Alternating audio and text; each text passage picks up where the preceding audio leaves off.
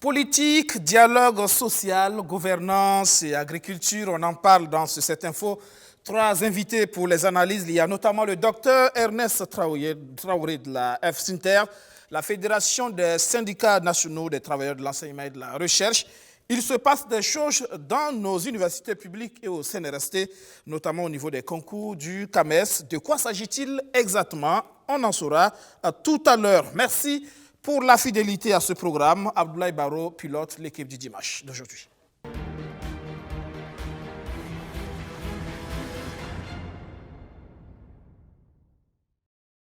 Docteur Étienne Traoré de la FSINTER des universités publiques, bonsoir, bienvenue. Bonsoir, M. Guébré. Avec nous également Faisal Nanema du MEDEF, le mouvement pour la démocratie et le vivre ensemble. Bonsoir, bienvenue. Bonsoir, M. Guébré. Et comme tous les dimanches, notre consultant politique, Chaka Koulibaly, bonsoir. Bonsoir. Le 7info, c'est donc parti. L'information est tombée cette semaine. Le FESPACO est reporté pour cause de Covid-19. À l'instar de la Semaine nationale de la culture, la Covid-19 a également eu raison du FESPACO, le Festival panafricain du cinéma et de la télévision de Ouagadougou. L'édition 2021, initialement prévue du 27 au 6 mars, est reportée à une date ultérieure. Ainsi en a décidé le gouvernement au regard de la situation sécuritaire délétère, aussi bien au plan national qu'international. Au regard de cette situation sanitaire liée à la pandémie, il sera difficile donc de tenir cette édition à cette date. Donc le Conseil des ministres, sur proposition donc du ministère en charge de la culture, donc la tutelle technique du FESPACO, a adopté la décision de reporter donc la tenue du FESPACO à une date ultérieure. Il ne sera pas facile pour nous d'indiquer une date, puisque vous savez que c'est lié aussi à une situation que j'ai tantôt décrite. Depuis fin novembre 2020, le pays connaît une seconde vague de la pandémie. On note actuellement un peu plus de 1400 patients encore sous traitement et 120 décès. Lors du Conseil des ministres de la semaine dernière, le gouvernement avait décidé d'adopter de nouvelles mesures pour endiguer la propagation de la maladie. Et sur ce point, le porte-parole du gouvernement indique que l'exécutif est en concertation avec le Comité national de la gestion de la crise. L'autre décision prise au cours de cette rencontre ministérielle, c'est l'adoption de 3 décrets portant sur les nouveaux statuts du SND, le Service national pour le développement. Désormais, les appelés du SND seront soumis à une formation militaire et civique de 90 jours. Les modalités de recrutement ont aussi évolué. Le gouvernement en a retenu 3. Le premier type de recrutement, c'est un recrutement par tirage au sort et par quota donné à chaque région. Le deuxième mode de recrutement, c'est le recrutement sur dossier, avec la collaboration des autorités administratives. Le troisième type de recrutement que vous connaissez, puisque c'est celui-là qui est en vigueur, et c'est le fait que tous les travailleurs du secteur public et du secteur privé qui sont assujettis au SND sont naturellement incorporés au SND. Le Conseil informe également l'opinion publique burkinabé qu'une délégation ministérielle s'est rendue au Ghana sur instruction du chef de l'État pour assister aux obsèques de l'ancien président ghanéen John Jerry Rawlings, ce grand ami du Burkina. Les funérailles ont eu lieu hier à Accra. La Covid-19 qui a donc eu raison du cinéma africain. Et la maladie elle-même, quelle est la réalité? Que fait le gouvernement burkinabé? Test de diagnostic rapide, vaccin. Il y a en tout cas des initiatives dans ce sens. La réjouissance de la pandémie à Covid-19 dans le monde n'a pas épargné le Burkina Faso. En décembre dernier, le pays a enregistré le plus de cas positifs de Covid-19, estimé à environ 4000. Et pour venir à bout de la pandémie, le pays envisage la piste du vaccin en s'inscrivant dans une initiative groupant des États en voie de développement. La question de vaccination, de manière globale, il faut dire que le Burkina Faso fait partie de l'initiative COVAX, une initiative donc, en tout cas l'idée par Gavi, l'Alliance du vaccin, l'OMS, et la CEPI également, qui vise à rendre disponible un certain nombre de doses de vaccins dans des pays donc, moins nantis de telle sorte qu'il y ait une équité en termes donc, de vaccination. Et le Burkina Faso fait partie de cette initiative. Récemment, des cas confirmés de nouvelles variantes de la maladie ont été enregistrés dans certains pays africains dont le Nigeria et le Sénégal.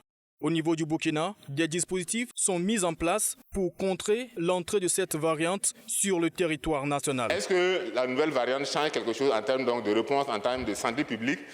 Nous ne pensons pas.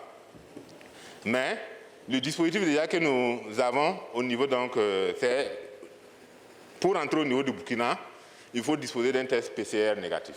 Selon Dr Brice Bikaba, avec le test PCR négatif, la probabilité de faire rentrer une nouvelle variante est faible. Concernant les mesures pour réduire et solutionner les plaintes des voyageurs pour une lenteur des tests, des réajustements ont été faits. Donc nous avons travaillé à réajuster donc, nos stratégies, à faire de telle sorte également à améliorer nos services, en mettant en place donc, un système de rendu électronique des résultats. Donc lorsque les gens vont pour voyager, ils sont enregistrés directement en ligne, ils reçoivent donc un code et lorsque le résultat est prêt, au bout de 48 heures, ils reçoivent donc un lien SMS qui leur permet effectivement de télécharger les résultats. Donc les tests de diagnostic rapide se font immédiatement et vous avez le résultat dans la journée. Et dans la plupart des sites où vous allez maintenant, vous avez, que ce soit donc à Samba, que ce soit au CMA de Kosodo, que ce soit donc au CMA de Pissi, au CMI 52, d'Assasgo, nous avons également au CHI Algado, vous avez ces tests rapides-là qui sont disponibles de 7h30 jusqu'à 17h. Au CMA de Kosodo et Pissi, là c'est 24h sur 24. Désormais, des sites de tests de diagnostic rapide sont mis à la disposition des voyageurs. Au niveau de l'aéroport de Ouagadougou, un service est disponible 24 heures sur 24. Dans le secteur de l'éducation, entre la FSINTER et le ministère de l'Enseignement supérieur, de la Recherche scientifique et de l'Innovation, on a du mal à s'entendre. Tout est parti d'une note du ministère sur les concours au CAMES. Pourquoi on veut empêcher des gens? Il y a un manque de vision globale. La FSINTER, la Fédération des syndicats nationaux des travailleurs de l'éducation de la recherche, revient à la charge. Elle demande toujours l'annulation de la note du secrétaire général du ministère de l'Enseignement supérieur, de la Recherche scientifique et de l'Innovation. La note signée le 12 janvier dernier interdit aux universités publiques et au CNRST d'accepter les candidatures des enseignants à temps plein et des ingénieurs de recherche au concours du CAMES. Ce qui s'est passé, c'est que le Burkina, parce que nous n'avons pas assez de gens qualifiés à un moment donné pour faire l'enseignement supérieur de la recherche, on a recruter du personnel qui n'avait pas encore les diplômes nécessaires pour être nommé à un certain nombre de fonctions, pour que ces gens-là, au fur et à mesure, pendant qu'ils contribuent à la recherche, à l'enseignement supérieur, ils terminent leurs diplômes et ensuite on les nomme. Ce qui s'est passé, c'est que le gouvernement s'est levé pendant que des gens, des ingénieurs de recherche et des enseignants à temps plein qui ont acquis maintenant les diplômes nécessaires pour se présenter au concours du CAMES, pendant qu'ils préparaient leurs dossiers, le gouvernement s'est levé, le ministère de l'Enseignement supérieur s'est levé, a pris une note pour demander aux universités de ne pas les présenter. Parce qu'en fait, les gens ne candidatent pas personnellement. Vous déposez votre dossier auprès de votre institution et c'est votre institution qui transmet au CAMES. Du côté du gouvernement, le ministre de l'Enseignement supérieur, de la Recherche scientifique et de l'Innovation parle de respect des accords signés il y a 3 ans et évoque aussi le décret du 9 mai 2019. Le décret prescrit que le concours est l'unique voie d'accès aux fonctions de chercheurs et d'enseignants-chercheurs au Burkina Faso à partir de 2020. Ce sont les syndicats qui nous interpellent toujours au respect des accords et nous leur disons que les accords, si nous devons respecter ce que nous avons promis, ils doivent aussi respecter les accords parce qu'effectivement, si on compte 3 ans, de 2016 en 2019, c'est fini. Et le décret que nous avons aujourd'hui ne nous permet pas de faire des dérogations pour leur permettre donc d'aller au CAMES. Bon, le problème qui se posait, c'est qu'au niveau des centres de recherche, ils permettaient aux ingénieurs, même s'ils n'étaient pas nommés attachés, de partir donc à la compétition. Mais dans les universités, au niveau des ETP, ce n'était pas comme ça. Donc il y avait du 2 poids 2 mesures. Donc quand on veut faire de la bonne gouvernance, il faut qu'on arrête avec tout ceci. Et nous avons dit, rentrons dans le cadre du décret qui encadre tout ceci et pour dire, dorénavant, que vous soyez ingénieur ou ETP, si vous soutenez, vous allez venir faire le test de recrutement des assistants ou des attachés. Et si vous êtes retenu, vous allez progresser. La FSINTER affirme que le décret du 9 mai 2019 a été adopté contre l'avis du syndicat. et dénonce les violations du protocole d'accord de septembre 2016 par le gouvernement. La fédération prévoit mener des actions sur le terrain si la relecture du décret du 9 mai 2019 ne se fait pas dans les plus brefs délais.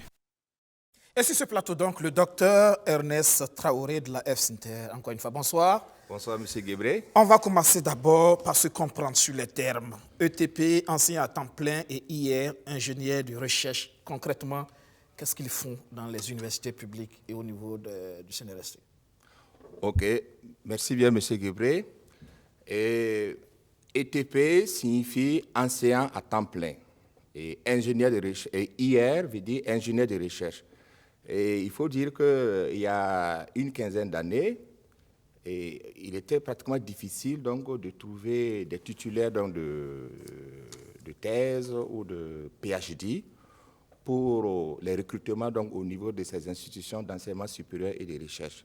C'est ainsi que ce personnel donc, avait été recruté, c'est-à-dire c'est du personnel qui n'a pas la thèse ou le PhD, qui avait par exemple dans le master, le 2A ou NDSS, et ce personnel avait été donc recruté en espérant effectivement donc évoluer donc dans la carrière donc des enseignants chercheurs et des chercheurs au niveau de ces institutions d'enseignement supérieur et de recherche. Et quel est leur apport aujourd'hui dans l'enseignement supérieur et la recherche? Leur apport est inestimable. Et si vous regardez un peu donc, au niveau de nos stations de recherche, il y a des stations de recherche, si les ingénieurs ne sont pas là, elles vont fermer. Et ce sont les ingénieurs de recherche, par exemple, qui pilotent, par exemple, qui sont donc sur le terrain pour exécuter, par exemple, dans des programmes de recherche, et des programmes de recherche donc, le plus souvent qui sont financés donc, par des fonds extérieurs. Et ensuite, si vous prenez les ETP au niveau des universités, il faut dire que c'est à ce niveau également, donc, ils constituent un personnel assez important parce que ce sont eux qui sont chargés donc, de faire donc, les travaux dirigés, les travaux pratiques. Il y a des endroits où les ETP même sont obligés de donner des cours théoriques. Donc, à tel enseigne que des fois, pour avoir même le temps, pour ceux qui sont inscrits en thèse, des fois, ils n'arrivent même pas à avoir donc, suffisamment de temps donc, pour poursuivre donc, les travaux donc, en thèse. Donc, nous disons que vraiment, c'est un personnel vraiment assez important qui joue un rôle très important au niveau de nos institutions d'enseignement supérieur et de recherche. Donc, par rapport donc, à ce qui se passe actuellement, nous trouvons que ce n'est pas juste. C'est comme si on les a exploités à un moment donné et actuellement, ils ont en fait donc, le diplôme nécessaire pour accéder donc, à des grades supérieurs et on les bloque. Voilà, j'apprends qu'ils sont très nombreux au niveau de l'université de Koudougou, au niveau du CNRST également, ils sont nombreux, oui. Et donc leur rapport est inestimable, oui. Maintenant, ce qui vous divise aujourd'hui avec le ministère, vous ne voulez pas de recrutement sur la base d'un concours, ce que je voulais dire. Est-ce que ça veut dire qu'aujourd'hui, ce que vous voulez, vous contestez le recrutement? Non. En fait, il y a un problème. Ça veut dire que, comme je l'ai dit, les ETP et les ingénieurs sont déjà des fonctionnaires au niveau des institutions d'enseignement supérieur et de recherche. Et donc, dans leur évolution normale, donc, au niveau de leur carrière, ils sont obligés effectivement donc, d'être nommés. Par exemple, on devait donc les nommer, par exemple, au niveau donc, des universités, assistants, lorsque, par exemple, ils obtiennent leur PhD, leur thèse. Et attachés, par exemple, au niveau donc, des institutions donc, de recherche. Et ensuite, à ce niveau également, ils ont donc la possibilité donc, de postuler, donc, de passer dans le concours donc, du CAMES. Vous savez très bien que le CAMES, c'est la seule voie donc, de promotion, donc, de valorisation donc, des anciens chercheurs et des chercheurs. Maintenant, ça veut dire qu'il fut un moment où, en 2016 par exemple, il y a eu un moment où, en fait, ils avaient des difficultés donc, pour faire donc, leurs travaux donc, de thèse et de recherche. C'est ainsi qu'en 2016, au cours donc, des négociations, nous avons pu obtenir donc, des mesures d'accompagnement pour donc, ces ETP et ingénieurs de recherche, pour ceux qui étaient inscrits donc, en thèse. Et après donc, leur thèse, normalement, on devait donc les nommer au poste d'assistant et d'attaché de recherche. Et curieusement, en 2019, le gouvernement a pris un décret pour arrêter la nomination, en fait, donc, de ce personnel aux emplois d'attachés et d'assistants. Or, nous disons que la prise, en fait, la prise de ce décret était donc en porte-à-faux, était donc à l'encontre, en fait, donc, de l'accord que nous avons signé en septembre 2019. Donc, le décret 435 oui, qui date de 2019. oui.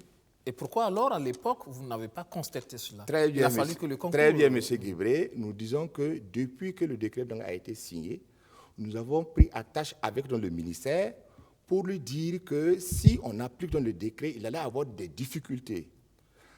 C'est ainsi que, par exemple, en août 2020, nous avons rencontré en fait dans le ministère, parce que déjà au niveau donc, de la recherche, on refusait donc de nommer donc, les ingénieurs donc, de recherche donc, qui avaient soutenu donc, au poste d'attaché. Et il y a eu donc des échanges jusqu'à ce que l'année dernière, il y a eu donc des ingénieurs effectivement donc, qui remplissaient les conditions donc, du CAMES, qui ont pu déposer dans les dossiers du CAMES et qui sont passés en fait donc chargés de recherche. Et ce qui pose problème cette année, c'est que le 12 janvier 2021, il y a eu une note signée donc par le RG qui vient maintenant bloquer, qui vient donc empêcher même les candidats, les ingénieurs de recherche et les ETP en fait donc à postuler en fait au niveau du CAMES. En fait, c'est la lettre en fait donc du 12 donc, janvier qui nous pose problème parce que le gouvernement en fait établit un lien étroit entre le décret 435, entre le décret 435 et les conditions de passage au niveau du CAMES. Et nous disons que pour participer donc au concours donc, du CAMES, nous n'avons pas besoin d'être nommés au poste d'assistant et au poste d'attaché. Le CAMES dit tout simplement, il faut montrer donc une expérience, il faut faire donc la preuve d'une expérience de 2 années aux emplois donc, de chercheurs et d'enseignants. Voilà. Pour vous, c'est l'expérience qui doit prévaloir et non un concours déjà pour être... C'est ce que le CAMES dit. Les conditions du CAMES sont claires. Mais il y a les conditions du CAMES et il y a les conditions du Burkina. C'est ce que nous disons. Ça veut dire qu'en fait, à partir du moment où, depuis donc, la prise du décret, en 2019, nous avons interpellé dans le gouvernement. Et en fait, nous avons interpellé le gouvernement parce que tout simplement, nous avons estimé que c'était une remise donc, en cause donc, des accords, donc, des acquis que nous avons obtenus donc, lors des négociations de 2016. Ça, ce sont des négociations qui ne sont pas forcément définitives. Non. Est-ce que ça veut dire que pour le décret, vous n'avez pas été consulté? Non, M. Guébré, non, monsieur Guébré, en fait, c'est ça le problème. C'est ce qui se passe au niveau donc, du pays. Ça veut dire que si le gouvernement donc, part en négociation avec donc, des organisations syndicales, si on s'entend effectivement donc, sur donc, des mesures et que c'est consigné dans un accord, donc signé effectivement par l'ensemble en fait, donc, des partenaires qui ont pris part donc, aux échanges, donc c'est tout à fait normal effectivement donc, on respecte en fait, le protocole d'accord.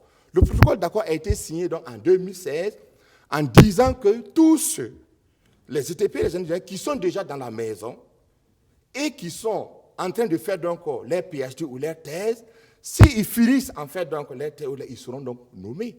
Ils vont donc progresser normalement. Et en fait, le décret 435 donc, a été pris contre donc, notre avis. Et bon, bien sûr, nous pouvons dire que bon, le gouvernement est dans son rôle. Maintenant, nous l'avons interpellé, le gouvernement a refusé, donc il a adopté donc, le décret 435. Et aujourd'hui, ça pose problème. Donc aujourd'hui, on se rend compte qu'en fait, l'application du décret 435 réduit même en fait donc, le nombre de postes donc, de recrutement donc, au niveau donc, des universités. En quoi ça réduit le nombre de postes? Puisque actuellement, ils disent que ces ingénieurs de recherche qui ont donc leur thèse ou leur PhD, pour pouvoir donc progresser, ils sont obligés de participer donc une seconde fois à un concours. Alors qu'ils sont déjà fonctionnaires. Ils sont déjà fonctionnaires. Par exemple, on leur dit, Bon, vous avez donc les thèses. Maintenant, il faut participer donc au recrutement donc, des nouveaux assistants. Mais le ministre parle quelque part d'injustice à régler, il parle de bonne gouvernance et d'injustice à régler. Bon, en fait, nous ne sommes pas d'accord avec le ministre là-dessus. Parce qu'effectivement, quand on parle d'injustice, nous ne comprenons pas.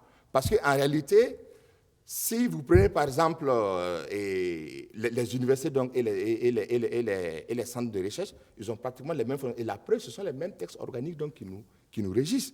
Donc, parler d'injustice ici, en réalité, c'est une manière en fait, donc, de confronter en fait, les travailleurs en fait, de la fonction publique. Sinon, ce qui donc s'est passé au niveau de la recherche et ce qui s'est passé effectivement donc, au niveau donc, des universités, il n'y avait pas donc, de contradiction. Il n'y a pas de contradiction. Et donc, le problème pour vous aujourd'hui, c'est quoi? En quoi est-ce que ça vous pose un problème de participer au concours? Empêcher donc des agents, donc, empêcher donc des chercheurs et des anciens chercheurs à participer donc au concours du CAMES, c'est bloquer donc leur carrière. Comme je l'ai dit tantôt, le CAMES, c'est la seule voie donc, de promotion et de valorisation. Vous passez juste le concours et après, vous pouvez, dans ce sens, postuler, il n'y a pas de souci. Non, mais c'est ce que le ministre dit. Le ministre dit, en fait, pourquoi le ministère donc, empêche donc, les gens de passer donc, le concours? Parce qu'il se dit que si les gens passent donc, le concours, ils seront obligés effectivement de les nommer. En réalité, ils ne veulent pas nommer donc, ce personnel qui se trouve déjà donc, dans la maison. Ils veulent donc les amener donc, à candidater avec donc, les nouveaux assistants. Et c'est ce que nous trouvons donc injuste. C'est vraiment injuste donc, de la part en fait, donc, du gouvernement. On ne peut pas dire que, par exemple, qu'on a besoin en fait, donc, des chercheurs donc, pour donc, le développement de la recherche donc, au Burkina. Aussi, on ne peut pas, par exemple, être dans la dynamique donc, de l'ouverture des centres donc, universitaires, la création de nouvelles universités, et en même temps, on veut donc empêcher en fait, donc, la promotion en fait, des enseignants qui sont déjà donc, dans la maison. Donc, c'est ce que donc, nous, on ne comprenons pas en fait, au niveau donc, du gouvernement. Et donc, c'est ce que vous combattez aujourd'hui. Apparemment, le ministère semble clair sur la chose. Il faut que vous participez justement au concours. Et visiblement, vous ne semblez pas dans cette optique. Donc, en fait, ce qu'on veut ajouter ici, c'est que nous estimons que le décret 435, en fait, constitue vraiment une remise en cause de nos acquis. Et la preuve, ce n'est même pas le seul texte même qui pose problème, parce qu'en fait, donc, le gouvernement en fait, est dans une dynamique en fait, donc, vraiment donc, de remise en cause donc, au niveau en fait, donc, de l'enseignement supérieur donc, et de la recherche. Donc, par rapport donc, à ça, nous n'allons pas donc, accepter effectivement donc, que... Est-ce que là, quelque part aussi, le gouvernement n'est pas en train de s'interroger aussi sur les compétences voilà, de ces ETP, de ces IR, et peut-être que c'est dans ce sens que le décret est là, justement, et la note est là pour vous demander de participer à ce concours. Monsieur Guébré, tout à l'heure, nous avons parlé en fait de l'importance de ce personnel au niveau de nos institutions d'enseignement et de recherche. Ils ont de l'expérience. Je vous ai dit tantôt que c'est du personnel déjà donc, qui pilote, en fait, donc, qui participe, par exemple, au programme, à l'élection des programmes de recherche au niveau donc, des stations de recherche. Au niveau donc, des ETP également, je vous ai dit qu'ils participent même à la formation donc, des étudiants. Ils participent même donc, en fait, donc, à l'encadrement donc, des étudiants. Donc, mais malgré tout ça, c'est dans ces mêmes universités qu'ils ont pu obtenir en fait, donc, leur thèse. Si après ça, maintenant, on doute de leur donc, qualité, de leurs compétences, cela donc, pose problème. En fait, ce que nous avons donc constaté donc, à travers donc, cette décision-là, comme on l'a dit, ce n'est rien d'autre que donc, la masse salariale, la réduction de la masse salariale. Parce que effectivement, l'application de ces décrets va donc réduire le nombre de postes au niveau donc, des institutions donc, d'enseignement donc, supérieur et de recherche. C'est rien d'autre. Voilà, c'est rien d'autre. Et donc, qu'est-ce que vous envisagez finalement par rapport à ce bras de fer? Bien. Est-ce qu'il y a un dialogue qui s'ouvre ou bien au niveau du gouvernement, on n'est pas disposé à dialoguer aujourd'hui? Non, en fait, je pense que quand nous avons la lettre donc, du 12 janvier donc, est tombée, nous avons donc pris attache avec le ministère donc, le 18 janvier et ensuite le 25 janvier. Mais au finish, on se rend compte que le ministère donc, est campé donc, sur sa position. Maintenant, il appartient maintenant donc, aux travailleurs, avec les organisations syndicales, effectivement, de défendre donc, leurs intérêts. Mais ce que vraiment nous trouvons donc dommage, c'est que vraiment on ne comprend pas donc, la décision du gouvernement. Parce qu'on ne peut pas mettre de l'argent. Parce qu'en fait, comme on l'a dit en 2016, le gouvernement s'est engagé à accompagner donc, ce personnel. Maintenant qu'ils ont leur thèse, on dit non, vous ne pouvez plus progresser normalement. Il faut encore participer à un autre concours pour être donc, recruté et pour pouvoir donc, avancer donc, dans votre emploi. C'est ce que nous ne comprenons pas. Nous pensons en fait que c'est vraiment donc, du gâchis. Parce que, imaginez par exemple que si ces gens n'arrivent pas à être donc recrutés, qu'est-ce qu'ils font? Ils vont donc rester toujours donc, ingénieurs de recherche ou anciens en temps plein. Vraiment, on ne comprend pas. On ne comprend pas. Seka Coulibaly, sur cette question, c'est vrai que dans nos universités, c'est quand même de gros salaires aussi, hein, avec la rivalisation, le statut de l'enseignant-chercheur aussi. C'est peut-être cela qui fait que le gouvernement ne veut pas voir tout ce beau monde-là avancer très rapidement. C'est peut-être ça, la gestion de la masse salariale, on en parle, c'est peut-être ça aussi la raison au niveau du gouvernement. Mais il y a que le besoin, il est là. Les effectifs se sont doublés dans nos universités publiques. On ouvre d'autres universités en région. Et en même temps, on ne recrute pas. Oui, on a fini par comprendre qu'effectivement, c'est une question de gestion de la masse salariale. Comme vous le savez, durant les 5 dernières années, le gouvernement avait au départ octroyé un certain nombre d'avantages à des catégories de travailleurs et par la suite, devant la masse salariale qui a gonflé, je crois autour de 50% des différents budgets, a été sommé par certains de ses partenaires de... Même si les travailleurs toujours contestent cette histoire de masse salariale en disant que les gros salaires et les avantages se trouvent surtout du côté de l'exécutif et des présidents d'institutions. Hein. Oui. Moi, je pense que finalement, il y a aussi certainement, d'une part, une insuffisance du dialogue social entre l'employeur qui est l'État et les travailleurs. Ça reste l'éternel problème. Ça reste l'éternel problème. Mais il y a aussi que, apparemment, les acteurs ne sortent pas des cadres qui existent déjà. À partir du moment où l'emploi est une nécessité, on vient de parler des nouvelles universités, du besoin qui est croissant en termes démographiques, est-ce qu'il ne faudrait pas imaginer d'autres aménagements administratifs pour pouvoir caser tout ce personnel-là? D'autant que, si je comprends bien, en particulier pour les personnels de la recherche, c'est un personnel entre griffes rentable, puisque ce personnel-là est mis à contribution pour exécuter les différents projets que le gouvernement, le pays reçoit de certaines institutions. Donc, je n'arrive pas trop à percevoir pourquoi. Peut-être que c'est une tendance de cette masse salariale que le gouvernement cherche à réduire, à minimiser. Il faudrait maintenant réfléchir.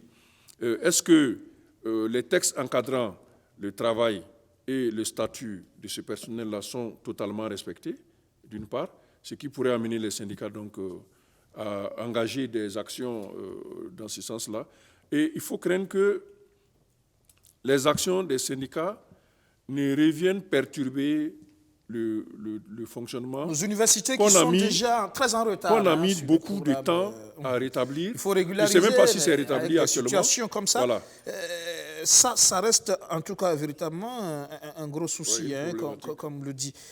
J'apprends selon mes informations que plus de 80%, on parle de 86% du budget du CNRST sont le fruit des chercheurs. Voilà. Et 14% viennent de l'État, du financement de l'État. Ça veut dire que c'est les acteurs de la recherche qui financent leur activité. Exactement. En vérité. C'est pour ça que je n'arrive pas à trop comprendre la dynamique de vouloir réduire cette masse salariale. Si c'est un secteur aussi rentable qu'on le dit, au contraire, à mon avis, le gouvernement devrait plutôt amplifier l'activité de sorte que ce soit un secteur non seulement qui s'autofinance, mais qui puisse même générer des ressources pour d'autres. puisque le disponible est là, au plan international, et on postule avec des projets bien ficelés, avec un personnel qui est aux normes, et les projets arrivent et ils sont mis en exécution. Et la mise en exécution contribue aussi à l'enseignement. Du coup, on atteint plusieurs objectifs en même temps en gérant bien ce personnel-là. Donc, comme ça dit, je n'arrive pas bien à maîtriser les motivations que le gouvernement a eues dans ce sens-là, puisque l'argument de la masse salariale, pour cette catégorie, semble ne pas être trop une réalité. Oui, en fait, ce que je voulais ajouter à ce niveau-là concernant ce personnel, et effectivement, en 2016, on avait pris l'engagement donc de trouver des mécanismes pour tarir un peu en fait donc ce personnel-là, parce que quand à la suite des négociations, le gouvernement a pris la décision de ne plus recruter dans ce type de personnel-là. Mais c'est vrai qu'on n'était pas tout à fait d'accord, mais le gouvernement avait dit non, qu'à partir de maintenant, on ne va plus recruter d'ingénieurs de recherche et d'enseignants à temps plein. Nous avons dit OK.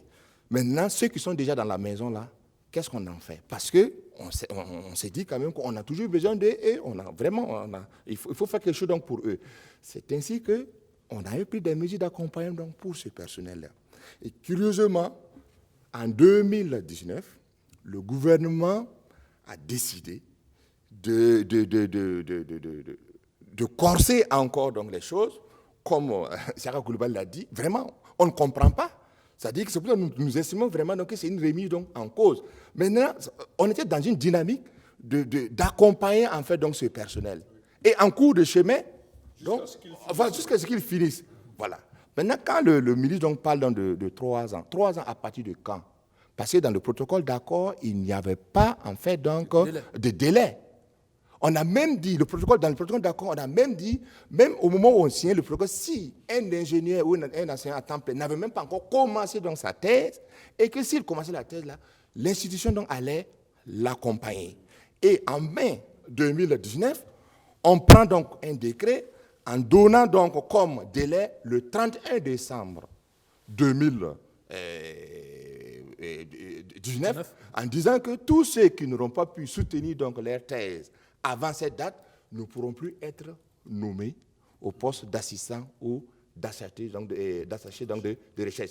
Donc maintenant, la seule voie maintenant d'accès à ces emplois-là, c'est de participer effectivement donc au concours. Donc vous comprenez avec moi que on ne peut pas vraiment changer en fait donc les règles du jeu au cours donc du jeu.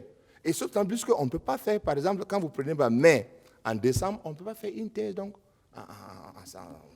en moins de 6 mois. Ça pose problème. Ça suspecte peut-être que le ministère avait déjà évalué l'évolution des thèses, peut-être. Oui, c'est ce que nous comprenons, puisque nous avons dans la situation. Parce que jusqu'à présent, voilà qu'aujourd'hui, il y a donc des ETB qui ont fini leur thèse et ils ne peuvent pas donc postuler au concours du CAMES. C'est pour ça que nous disons que nous pensons vraiment donc que ce décret 435 n'a pas été vraiment donc pris en tenant compte donc de la preuve, le ministère même reconnaît les insuffisances en fait de ce texte au cours d'un des échanges. Maintenant, le ministère dit oui, vous avez raison, le texte donc a des insuffisances, donc on va donc trouver donc les occasions donc pour donc la relecture en fait de ce texte. Mais en attendant, qu'est-ce qu'on fait? Les dernières rencontres du 18 donc, janvier et du 25 janvier, c'est ce que le ministère a dit. Le ministère donc reconnaît avec nous que le texte a des insuffisances. Mais nous disons, à partir du moment où vous reconnaissez que le texte a des insuffisances, il ne faut pas brimer donc les travailleurs. Ce que nous demandons au niveau du ministère, ce n'est pas de la mer à boire. Nous ne demandons pas à l'instant T la violation en fait, donc, du décret 435.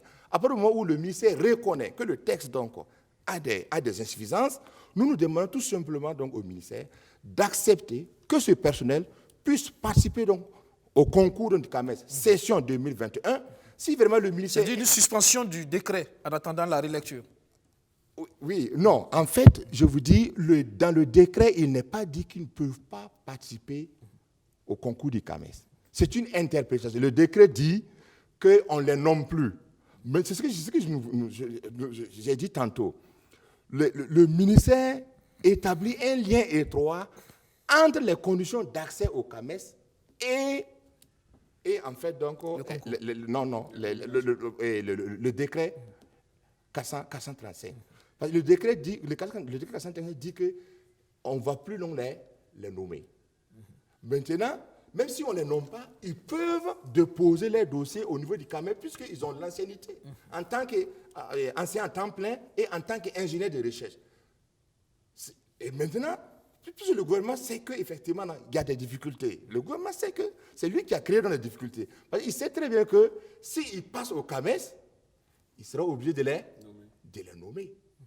Donc, maintenant, c'est pour ça que nous disons qu'ils sont en train maintenant de faire la force, en fait, à ce personnel. Parce qu'ils ont le droit de participer au CAMES. Si c'est le CAMES qui avait dit qu'il fallait d'abord qu'il soit nommé avant de participer au CAMES, là, on allait comprendre. Mais le décret dit, on ne les nomme plus. Ensuite, maintenant, on dit non, comme on ne va pas les nommer, il ne peut pas passer. Mais si vous passez au CAMES, ça veut dire que le gouvernement sera obligé de nommer. Que derrière, c'est une question de salaire. Oui, c'est ça. Mais le gouvernement reconnaît qu'il y a des insuffisances. Mais en attendant, il n'appartient pas aux travailleurs, effectivement, de payer d'être pénalisé par rapport effectivement à ces insuffisances. Merci, Dr Étienne Traoré, d'être passé dans le 7info. Pardon, Étienne Traoré, d'être passé dans le 7info ce soir pour toutes ces explications. La suite de ce 7info avec la politique, la réconciliation nationale. Zéphirin Diabré poursuit ses concertations. Au sein de la société civile, il y a le brassard noir qui pense que Zéphirin Diabré n'est pas l'homme de la situation. Face à la presse, le mouvement Brassard Noir félicite le président du Faso qui fait de la réconciliation nationale l'un des programmes phares de son deuxième quinquennat. Mais il estime que Roch-Marc Christian Kaboré s'est trompé en choisissant Zéphirin Diabré comme ministre chargé de cette question. C'est M. Zéphirin Diabré qui a appelé le peuple burkinabé à sortir, lutter pour l'insurrection. Nos camarades de lutte sont tombés. Souvenez-vous, chers journalistes, depuis 2015 à maintenant, là, M. Zéphirin Diabré va parler, c'est la réconciliation nationale. Il n'a jamais parlé de justice. Et mieux, nous l'avons dit dans nos déclarations, il n'a jamais assisté aux hommages aux martyrs organisés par le gouvernement. Un tel personnage, dites-nous, est-ce que ce monsieur peut réconcilier les gens? M. Zéphirin Diabré ne connaît la cour d'aucune victime. M. Zéphirin Diabré ne connaît la cour d'aucun martyr. Pourtant, sa responsabilité morale est engagée. Il a dit, ça passe ou ça casse. Pour Boucaré Konombo et ses camarades, l'ancien président de l'Assemblée nationale, Soungalo Ouattara, serait la personne idéale pour réunir les Burkinabés. On pouvait trouver Soungalo Ouattara, l'ancien président de l'Assemblée nationale, qui pour nous est une personnalité digne. Après l'insurrection, il était le président de l'Assemblée nationale. On ne l'a plus entendu. Ils ont compris la colère du peuple burkinabé. Voici une personnalité qui pouvait occuper pleinement ce ministère et jouer un bon rôle. Et qu'elle allait rassurer tout le monde, pas M. Zéphirin Diabré. De point de notre vue. Au nouveau ministre de la Santé, les conférenciers du jour demandent d'éviter d'attiser les tensions des agents de son ministère. Selon eux, Charlemagne Ouedraogo a été nommé pour mettre en œuvre le programme sanitaire du président du Faso et non pour mater des clans. Si actuellement les syndicats ont mis bas la terre pour qu'on travaille, mais ce n'est pas un nouveau ministre qui va venir avec une provocation inutile de créer des problèmes. Voilà. La situation sanitaire due à la Covid est compliquée. Mais viens nous donner des solutions. Il ne faut pas venir dire qu'il va mater des clans. Non, ce n'est pas son rôle. Si c'est pour mater les clans, je pense que le président va aller trouver quelqu'un d'autre qui va venir mater les clans. Puis il est là pour mettre en œuvre le programme sanitaire du président du Faso. Point barre. Par ailleurs, le mouvement Brassard Noir demande au ministre en charge des Transports de prendre ses responsabilités afin de soulager les populations qui assistent depuis un certain temps à l'augmentation des prix des denrées alimentaires due à des divergences entre les syndicats du secteur des transports. Cheka Koulibaly, quelques voix discordantes à propos de Zéphirin Diabré comme le bon profil pour la réconciliation nationale et la cohésion sociale. Vous avez par exemple cette organisation de la société civile, même si au passage il faut noter que le président il n'est pas forcément tout à fait neutre politiquement, parce qu'il est du MPP, je crois bien. Voilà. Donc à la fois OSC et politique, déjà, ça semble... Il y a une sorte d'amalgame là. Oui, on peut comprendre qu'il y ait des voix qui divergent de la tendance qui a été imprimée par le chef de l'État, et que cela soit aussi d'un certain parti.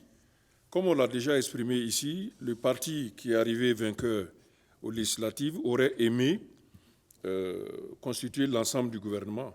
Donc le fait de voir venir d'autres acteurs qui ne sont pas issus de ce parti, très certainement fait grincer des dents à certains niveaux. Et c'est ce qu'on est en train de voir. Parce qu'il y a une ambivalence dans le discours donc, de M. Kounombo. Il reconnaît au président du Faso de vouloir faire la réconciliation. Là n'est pas le problème selon eux, mais c'est la personnalité qu'il a choisie donc, qui leur pose problème. Et quand on regarde, effectivement, ça ne peut être qu'une question donc, d'accès à un poste de contrôle d'un département qu'il pense important aujourd'hui. Donc moi, je pense que ce sont des réactions tout à fait normales. On peut les ajouter. Mais peut-être susciter à l'intérieur de la majorité. Mais bien sûr, on a déjà vu un des ténors de ce parti, en l'occurrence Émile Paré, tenir à peu près le même type de discours. Donc, si on comprend bien, le parti majoritaire, le MPP, donc, aurait aimé peut-être contrôler ces départements ministériels-là aussi, afin très certainement d'imprimer sa vision de la réconciliation. Mais cela pourrait amener à penser, est-ce qu'il y a divergence entre le chef de l'État et le MPP sur la question de la réconciliation? Quelque part, c'est une forme de contestation des choix du président. Exactement. Donc on peut se poser cette question-là. Mais si cela était le cas, il va falloir peut-être engager des pourparlers entre les deux institutions et trouver un terrain d'entente. De toute façon, le chef de l'État a déjà acté la question de la réconciliation et elle est en cours et on attend plutôt les résultats à ce niveau-là. Je pense que le débat est un peu d'arrière-garde de revenir sur la personnalité de Zéphirin Diabré. Il faudrait voir plutôt dans les propositions de stratégie que Zéphirin Diabré va proposer au chef de l'État s'il y a des aspects qui ne sont pas pertinents ou qu'on pense qu'il ne peut pas permettre d'atteindre la réconciliation. Là, on peut commencer à parler. Mais la question du choix est déjà réglée. Le chef de l'État a nommé son ministre d'État, attaché à la présidence. Donc, je pense que le travail est déjà en cours. Ceci dit, en allant en profondeur, en écoutant aussi le président du Brassard Noir, il évoque certaines questions qui me semblent problématiques, en évoquant la responsabilité de Zéphirin dans l'insurrection, comme si l'insurrection était à regretter pour eux. À partir du moment où ils tirent la légitimité de cette insurrection, ils devraient plutôt être reconnaissants à Zéphirin Diabré d'avoir appelé à cette réconciliation-là. En tout cas, pas eux, pas ces groupes-là, logiquement, ne devraient dire que Zéphirin n'était pas la personne pour les raisons qu'il est en train d'évoquer. Par contre, ils pensent que l'ancien président de l'Assemblée nationale, au moment de l'insurrection, est la personne indiquée. C'est une proposition, à mon sens, qui pourrait relever un peu de l'opportunisme. C'est-à-dire que pour montrer qu'ils sont de bonne foi, il faut une proposition extrême. En sachant très bien que la personnalité qu'il propose, à savoir Ouattara Sungalo, n'est peut-être pas dans le schéma qui peut permettre qu'il soit nommé à ce niveau-là, étant donné qu'il relève du parti, qui dirige aujourd'hui le CEFOP, donc qui n'a pas rejoint la majorité. Je ne comprends pas pourquoi cette personnalité peut être proposée par ce groupe-là, étant donné que c'est plutôt un groupe contradictoire à eux. Donc, c'est des questions qui sont difficiles à comprendre. Les OSC politiques, c'est aussi ça le problème du Burkina, qui reviennent sur la scène. On se rappelle à l'époque que le Brassard Noir a été créé dans un contexte de disparition du juge Nébier. On n'a pas encore la justice pour le juge Nébier. Exactement. Mais curieusement, le Brassard Noir ne parle plus de ce dossier. Ne parle plus de ça. Mais en plus même, ils ont mis sur leur banderole, sans justice, pas de paix. Bon, il semble attribuer à qui les difficultés de la justice. Mais c'est ce que je ne comprends pas. Il faut peut-être qu'il fasse une analyse et des propositions complètes en expliquant pourquoi la justice n'arrive pas à boucler les dossiers. On a pu faire le procès du coup d'État de septembre 2015, tandis que les événements du 30 octobre 2014 n'ont toujours pas connu un début d'exécution au niveau de la justice. Et ça, ces organisations, en réalité, ne posent pas ça comme un problème. Or, leur intérêt, selon ce qu'on entend dire par le président du Brassard Noir, serait que justice soit rendue à ceux qui ont eu des dommages pendant l'insurrection. Oh, ça, ils n'en parlent pas. Mais ils n'en font pas un combat. Ils n'en font pas un combat. Ils ne demandent pas, par exemple, l'ouverture du procès de l'insurrection, qui aurait permis donc de régler ces questions de ceux qui ont subi des dommages, et qui serait logique aussi, effectivement, que des victimes soient indemnisées, reconnaissent leur bourreau, etc., et ceux qui ont donné les ordres. Mais ils ne font pas de cela une exigence, mais ils s'accrochent plutôt au fait que ce soit Zéphirin. Donc on peut penser que c'est plutôt juste une question donc, de contrôle d'un poste dans le gouvernement. Faisal Nandima, vous êtes de la société civile aussi, vous êtes pour le vivre ensemble. Et justement, on parle de ces OSC politiques qui, à un moment donné, ont occupé l'espace public et qui sont en train de revenir, on le voit là, et, curieusement, qui ne semblent pas toujours rester dans leur mission. Là, ça, c'est aussi, dans le cadre de la réconciliation, le danger aussi, et les obstacles pourraient venir justement de vous autres OSC, et justement, surtout politiques. Je dirais même acteurs politiques déguisés en OSC. Je suis d'accord avec vous pour revenir à ce qui parle du casting du soir de Zéphirin. Il faut qu'on soit clair. Quand le président Roch-Marc Christian Kaboré a nommé son premier ministre d'Abiré, il a donné une ligne de route. C'est dans la composition du ministère que Zéphirin a jugé nécessaire. Ce n'est pas un ministère, c'est un ministre d'État. Auprès du président. Auprès du président. Il a un cabinet. Uniquement directeur du cabinet chargé de mission et conseiller technique qui va l'aider à travailler. Et le premier ministre a jugé nécessaire de placer ce ministère auprès de ce ministre auprès du président du parti. Ça veut dire que je vais prendre l'orientation qui vient du président du parti. Dès sa nomination, nous avons entendu parler que c'est un premier ministre bis qui ne rend pas compte au premier ministre, qui passe directement au président. Il ne faut pas que les gens essaient de mettre des conflits entre ces deux hommes.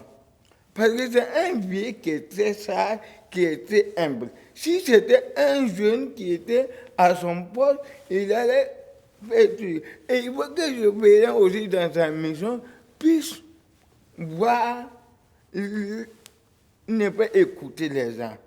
Sinon, pour cette réconciliation, pour moi, la personne de Zéphirin est la personne le mieux éduquée. Zéphirin, après l'insurrection, qui est allé au CEFAP, qui a dit avec le CDP, la NABA et la DEF-RDA, n'a pas de problème à parler avec ces gens. Il n'a pas de problème à aller parler au président Blaise Compaoré. Il n'a pas de problème à aller parler au président Yacoub Isaac Zida. Et il n'a pas de problème avec le président Roch Kaboré, parce qu'il fait partie même du cabinet du président. Aujourd'hui, c'était le directeur du cabinet qui était la première personnalité de la présidence du Faso. Avec la nomination du ministre d'État auprès du président, il devient la première personnalité. Donc voici un homme qui est d'abord un homme de poing, qui peut parler aux différents partis. Si vous prenez quelqu'un qui avait des difficultés à raconter Zida ou au président Blaise Compaoré, on allait avoir un problème de confiance et problème d'écoute. La personne aujourd'hui de Zéphirin, d'après moi, je crois que tout Burkinabé qui est aujourd'hui un homme politique, ça est patriote, on ne pouvait pas l'appeler pour nommer à cette poste que la majorité des Burkinabés réclame. Et il va au niveau du MEDEB, vous saluez justement cette nomination.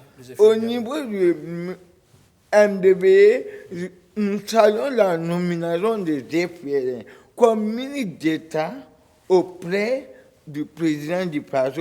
Nous saluons la vision du premier ministre Christophe Dabiré qui a bien voulu que dans son gouvernement consacrer ce cabinet, ce n'est pas une ministère, ce n'est pas un département, c'est un cabinet pour changer les problèmes qui faisaient partie des 10 axes du programme du président Roch Kaboré qui l'a remis. Nous saluons ça, nous sommes prêts à travailler avec les Zéphirin pour la réconciliation et je demande tous les Burkinabés de l'accompagner. Que ça devait être X, que ça devait être Y, ce n'est pas l'important. Aujourd'hui, nous avons déjà quelqu'un qui est là. Pour moi, le ministre de la Réconciliation est le président Roch Kaboré.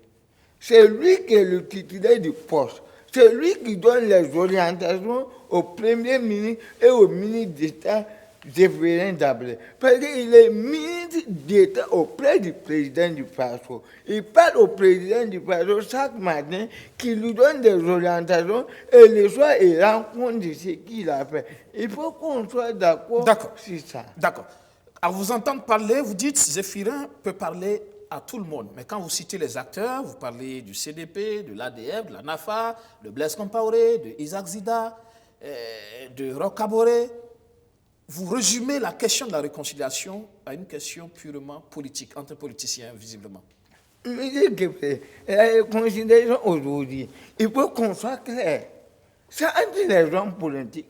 Nous, les Burkinabés, le grand frère Koulibaly est de l'Ouest.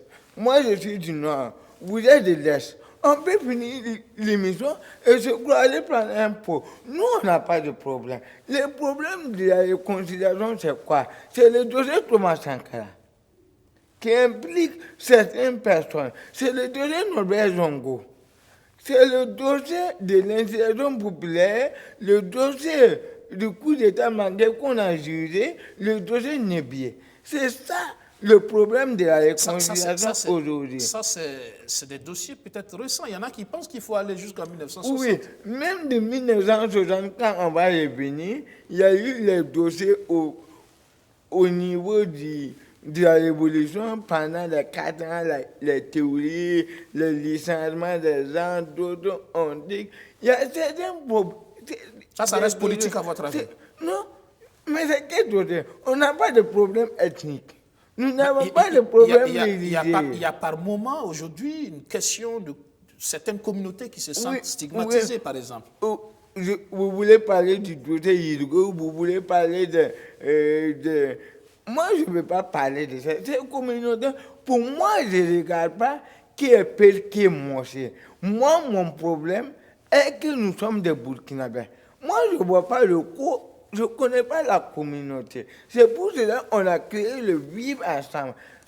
Ici, on est burkinabé, point à la ligne. Tout le monde est burkinabé. On n'a qu'à oublier un des... Est-ce que vous n'avez pas l'impression qu'il y a des fissures au sein de la société burkinabé aujourd'hui? Un peu. Un peu. Ou bien vous pensez que tout ça, c'est le fait des politiques? Non, tout ça, ce n'est pas le fait des politiques. Parce qu'il y a eu des problèmes. Je ne vais pas être naïf. On a eu le problème de Yirgou. Ce n'est pas politique. On a eu des problèmes à l'Est que les gens ont dit qu'on a massacré des pères qui étaient des terroristes. Il y a eu des problèmes à Doré.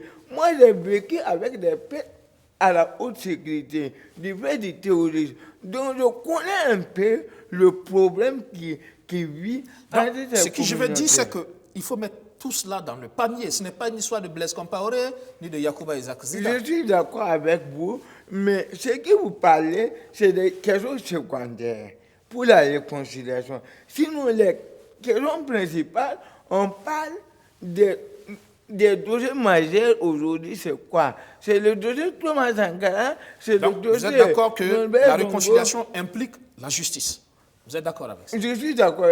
Si on fait la réconciliation sans la justice, ça ne sera pas une réconciliation et les gens ne vont pas pardonner. La réconciliation, je vous prends l'exemple. Tous ils ont dit que Zéphirin et Simon se sont assis, ils se sont parlé et Zéphirin a retiré sa plainte. Sur le procureur, près de la haute cour de justice, que l'argent public est toujours en truc, il peut continuer le truc, mais maintenant, Zéphirin ne plus de la partie civile. Parce que je venais partir là-bas, pas pour qu'on condamne si mon comportement, mais pour demander dommage intérêt, il allait demander au moins un franc symbolique. Aujourd'hui, je retire. Si c'est un problème aussi, les gens s'assoient, ils se parlent bien, et les autres disent, non, à partir de maintenant, nous retirons notre plainte. Si aujourd'hui, le procureur a ça des données, d'ici de continuer l'argent public, on le continue. Mais s'il dit que non, comme vous vous êtes attendu, nous on l'aide. Mais il faut avoir la vérité. C'est à partir de la vérité que les familles des victimes, ceux qui se sentent, pour moi je ne connais pas les familles des victimes, c'est eux qui se disent qu'ils sont des familles de victimes et ils ont des bourreaux. Si je veux arrive à les amener tous autour de la table, ils se pardonnent, ils se regardent en face, comme ce qui s'est passé au Rwanda ou quoi d'autres pays, et ils se pardonnent. Si la justice peut dire que c'est fini, ou le président du pardon dit, comme vous pouvez pardonner, la Constitution me donne droit de grâce, d'amitié, il le fait et on continue. Mais il ne faut pas qu'on fasse des considérations mouta, que à la longue, ça va devenir des problèmes. Si on l'avait bien fait en 2001, on n'allait pas être là. Mais aujourd'hui, cette fois-ci, nous prions que cette réconciliation soit la bonne. On a donné 6 mois, 1 an, moi le temps peu importe.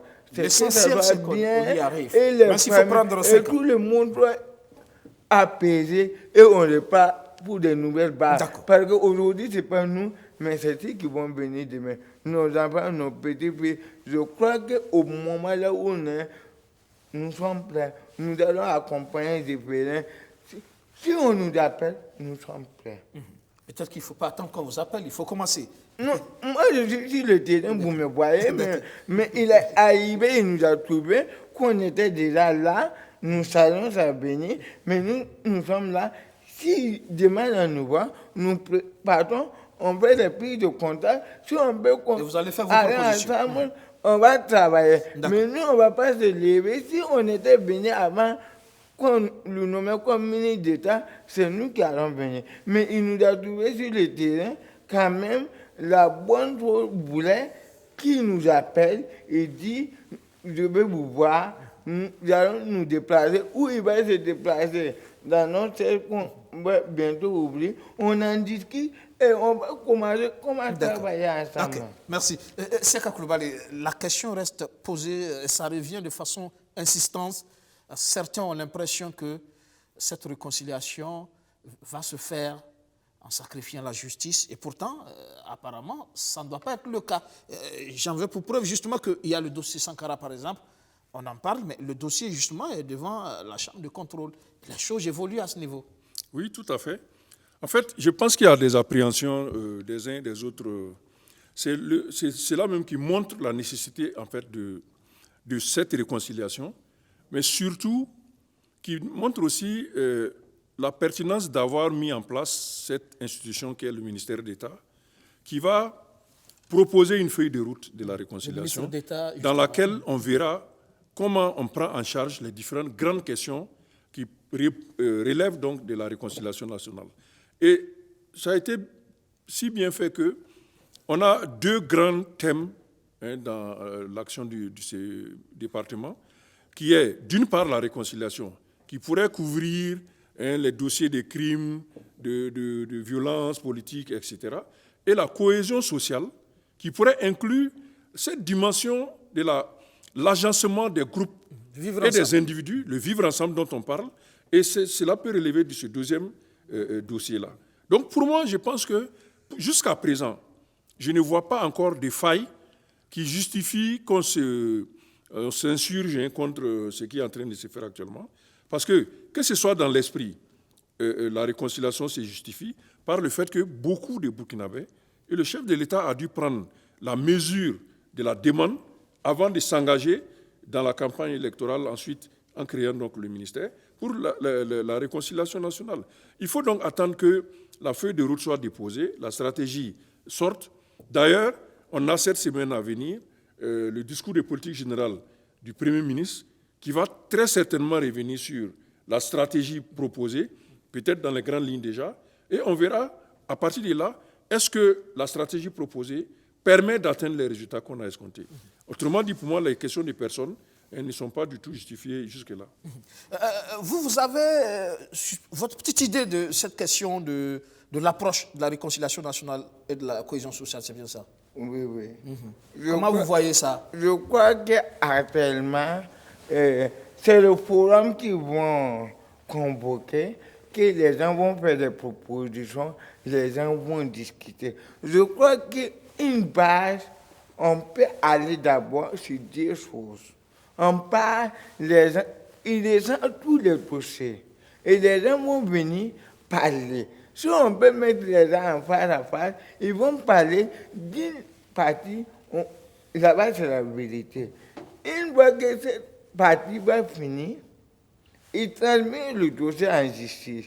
Si les familles se sont attendues devant eux, ils ont fait la paix, ils transmettent une copie à la justice, une copie à celui qui l'a nommé. Mais il y a beaucoup de dossiers qui sont déjà en justice. Oui, oui. Mais si aujourd'hui, non. C'est-à-dire pendant que la justice fait son travail, il faut travailler à... Ce dossier, c'est quand les gens se sont assis devant eux, sur la même table, ils se sont parlé et ils se sont pardonnés. À partir de là, le président du Parlement peut prendre son stylo, signer un décret, gracier les gens et c'est fini. Parce que déjà, il y a eu la vérité. Les gens se sont pardonnés. Et on dit, on passe une nouvelle part. Ou il peut dire, je laisse la justice finie. Comme lui-même, il dit vérité, justice, réconciliation. Le jour que le verdict va tomber, il prend son stylo, il gracie les gens sortent, c'est fini. Ou il dit, on vous a donné 5 ans. Moi, je diminue votre peine par la moitié. Oui, oui. Et c'est Je fini. voudrais ajouter une précision. En ce qui concerne la justice, qui est la grande peur de la plupart de ceux qui sont sceptiques sur la réconciliation, il faut dire qu'on a des exemples, des références pour traiter la question de la justice à l'intérieur de la réconciliation. Les deux exemples réussis de réconciliation en Afrique, c'est l'Afrique du Sud et c'est le Rwanda. Qu'est-ce qui s'est passé dans ces deux modèles-là? Il y a plusieurs types de justice, d'application de la justice. Vous avez la justice classique, celle qu'on connaît, les cours, les tribunaux. Il y a la justice transitionnelle, qui est un modèle qui accompagne avec la vérité, la justice, la réparation et la garantie de non-répétition. Et il y a troisièmement la justice alternative, celle qui relève donc de la justice traditionnelle. Les institutions traditionnelles parfois peuvent faire recours. Donc, quel est le traitement qui a été fait? Quand on prend un cas qui est porté devant les instances de la réconciliation, on regarde à quel type de justice on peut recourir pour régler ces cas. Il y en a qui peuvent être résolus par la justice, on les poursuit. Il y en a qu'il faut, il faut la justice transitionnelle, on les loge à ce niveau-là. Et il y en a qu'il faut mettre sur la justice traditionnelle. Au Rwanda, c'est ce qui a été fait. Il faut gérer au cas par cas. Au cas par cas. Au Rwanda, c'est ce qu'ils ont fait. Il y a des cas qui ont été traités par la justice traditionnelle, les fameux Gacaca, où il y a eu des sacrifices, des pénitences, etc., qui ont été faits pour accompagner les réparations qu'on a faites également pour régler les cas. Donc, vraiment, il n'y a pas de problème pour que la justice ne soit pas faite dans cette situation de réconciliation-là. D'accord. À mon avis. Malheureusement, on fait signe qu'on est en fin d'émission. Merci Chaka Koulibaly. Merci Faisal Danema. Vous, en la matière, vous avez une série d'activités, je rappelle. On aura l'occasion de revenir là-dessus. Merci. C'est la fin de cette info. Excellent suite de programme sur notre chaîne. Bonsoir.